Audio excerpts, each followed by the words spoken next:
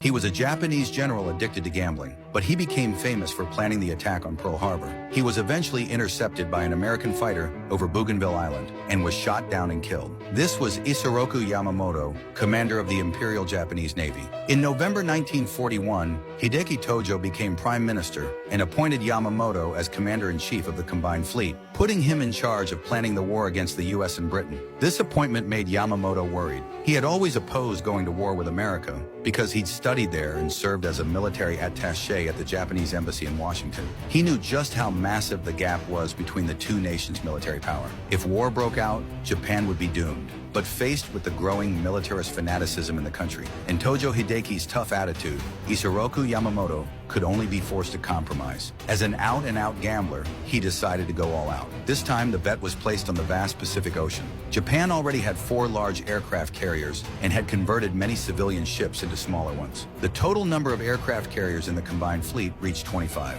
Yamamoto believed that with careful planning, they could wipe out the U.S. Pacific Fleet in one decisive strike. But the Pearl Harbor plan was extremely risky, and many high-ranking officials were skeptical. To ease doubts within his ranks, Yamamoto proposed a strike-to-negotiate strategy. Hit the U.S. hard, sink 3 of their aircraft carriers in a surprise attack, cripple their control over the Pacific for at least 6 months, give the Army time to seize key southern islands, and force the Americans to the negotiation table. Still, the Navy minister remained uneasy. If the surprise attack failed, the combined fleet could suffer a devastating blow, and the Navy would lose its standing to the Army. To ensure the operation's success, Yamamoto put all 6 of Japan's main carriers on the line, along with 33 warships and 423 carrier-based planes, forming an unprecedented strike force. At dawn on December 7, 1941, Japan launched 350 planes in a surprise attack on Pearl Harbor. In just 90 minutes, they sank 4 American battleships, 6 cruisers, and 3 destroyers. The Pacific Fleet was nearly wiped out, but the U.S. Navy's 3 aircraft carriers weren't at the harbor that day.